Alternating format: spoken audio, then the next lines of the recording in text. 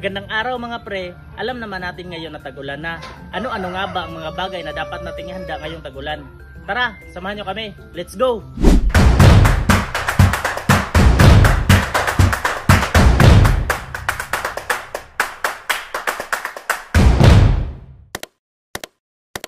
Ngayong tag-ulan na ay dapat nating ihanda ang mga bagay para sa ating manukan para mapanatili natin na malulusog pa rin ang ating mga manok at hindi magkasakit. Unang-una nga ay dapat masecure natin ang mga manok na may masisilungan at siguraduhin na lahat sila ay nasa pabahayan at hindi mababasa ng ulan. Dahil kapag may isang nabasa at nagkasakit ay maaari rin itong makahawa sa lahat, pero hindi talaga maiiwasan na walang magkasakit sa kanila. At ito ang mga posibleng sakit na maaaring dumapo ngayong tag-ulan. Una, ang cold stress. Kadalasan ang mga sisiyo ang tinatamaan ito dahil sa maginaong panahon. At ito rin ang maaaring dahilan na magkalagnat sila at sipunin.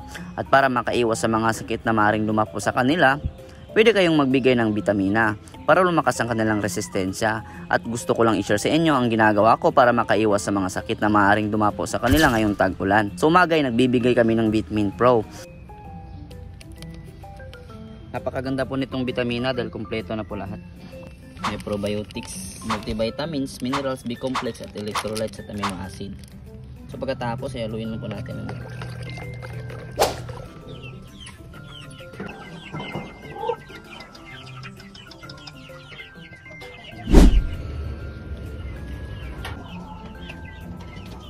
At pagdating naman sa tanghali ay plain water lang. Magbibigay tayo ng Primoxil ngayong hapon pangontra sa pisik, halak, sipon at lagnat.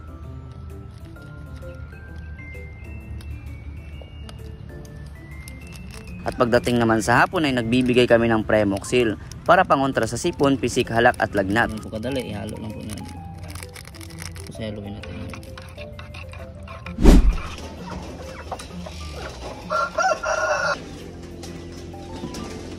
Ganyan lang po ang ginagawa naming cycle sa tag-ulan at epektibo naman po.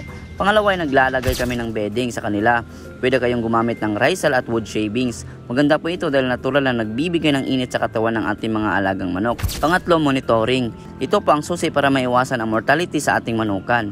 Bawat isa ay dapat nasisigurado na malusog at walang sakit. Ugaliin po natin na maging hands-on palagi. At panghuli ay consistency.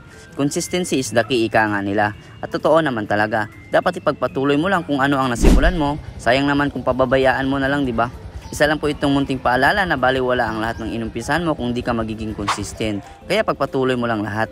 Dahil may araw rin na lahat ng pagod ay may bawi. Yun lamang po pala for more mga pre.